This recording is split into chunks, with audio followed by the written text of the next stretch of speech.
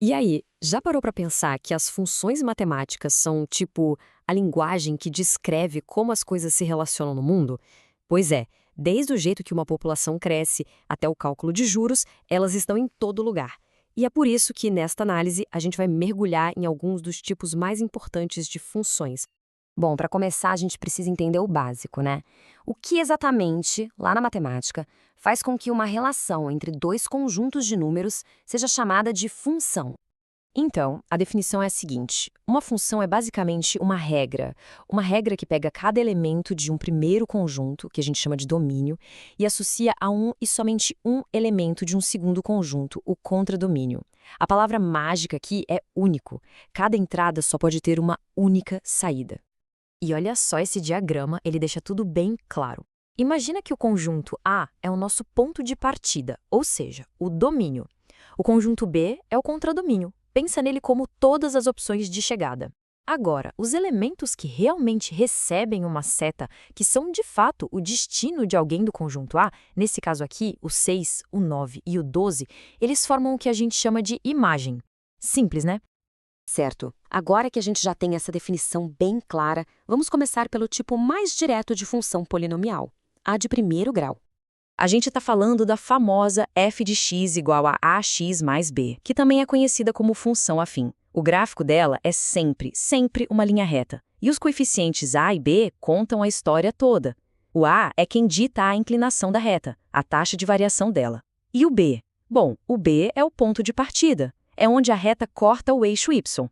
E olha que legal, o sinal do A já nos diz tudo sobre o comportamento da reta. Se o A for positivo, a função é crescente. Isso quer dizer que conforme o x aumenta, o y também sobe. Agora, se o A for negativo, aí a função é decrescente, a reta vai para baixo. E tem um ponto super importante, a raiz. A raiz é o lugar onde a reta cruza o eixo x. É aquele valor de x que faz a função inteira zerar. E para achar é bem fácil. Só usar a fórmula x é igual a menos b sobre a. Esse ponto é o que divide o gráfico, sabe? De um lado, os valores da função são positivos, do outro, negativos. Ok, saímos das retas e agora vamos entrar no mundo das curvas. Chegou a hora de falar da função de segundo grau, a famosa função quadrática. A fórmula geral dela é f de x igual a ax ao quadrado mais bx mais c. É esse termo com o x ao quadrado que muda tudo. É ele que define essa função e dá ao gráfico aquele formato característico de parábola. E adivinha só? O coeficiente a continua sendo protagonista aqui. Assim como ele definia se a reta subia ou descia, na parábola ele define a concavidade. Se o a for positivo, a parábola é tipo um sorriso, com a concavidade para cima. Se for negativo, ela fica triste, com a concavidade para baixo. Para achar as raízes aqui, o primeiro passo é olhar para o discriminante, o famoso delta. O delta é tipo um vidente, ele nos conta o futuro da parábola, se ela vai ou não tocar o eixo x. Se o delta for positivo, ela toca em 2 pontos. Se for igual a zero, toca em um pontinho só. E se for negativo, aí ela não toca no eixo x de jeito nenhum. Depois de saber o que o delta nos contou, a gente usa a fórmula de Bhaskara. É com ela que a gente encontra os valores exatos das raízes, ou seja, os pontos x1 e x2, onde a parábola realmente cruza o eixo x.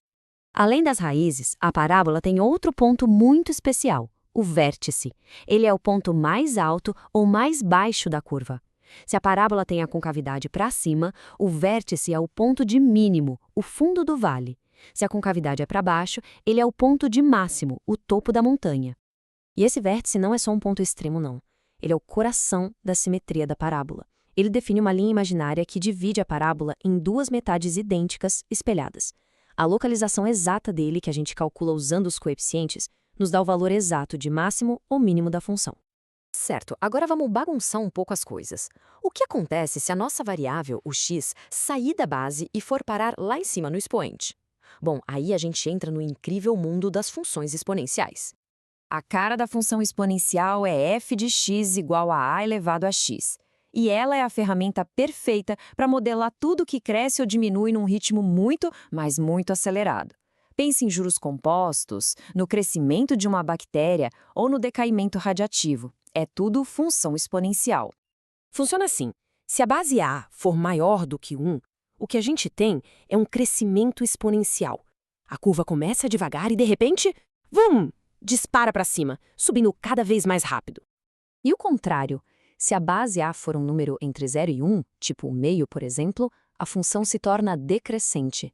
Ela representa um decaimento exponencial, onde o valor vai caindo e se aproximando cada vez mais de zero, sem nunca chegar lá. Sabe aquela história de que para toda ação existe uma reação? Na matemática é parecido. Para quase toda operação existe a sua inversa. Então, se a gente tem a exponenciação, qual é a função que faz o trabalho contrário que desfaz essa conta? É aí que entra a função logarítmica. Calcular o logaritmo de x na base A é basicamente se fazer uma pergunta. Qual é o expoente que eu tenho que colocar na base A para que o resultado dê x? É exatamente a operação inversa da exponencial. E não é surpresa nenhuma que o comportamento do gráfico logarítmico também dependa da base A, igualzinho à sua função inversa. Se a base for maior que 1, a função cresce. Se estiver entre 0 e 1, ela decresce. E aqui está o pulo do gato, a conexão final. A função exponencial e a logarítmica, quando têm a mesma base, são como um reflexo no espelho uma da outra. Elas são perfeitamente inversas. O que uma faz, a outra desfaz. É uma simetria matemática muito bonita de se ver. E então a gente vê que desde a linha reta que descreve uma viagem em velocidade constante, passando pela parábola de uma bola que é arremessada, até o crescimento explosivo de um investimento, essas funções não são só ideias abstratas. Elas são, na verdade, as ferramentas que a gente usa para descrever o mundo. Fica a pergunta: qual desses modelos matemáticos descreve melhor o mundo ao nosso redor?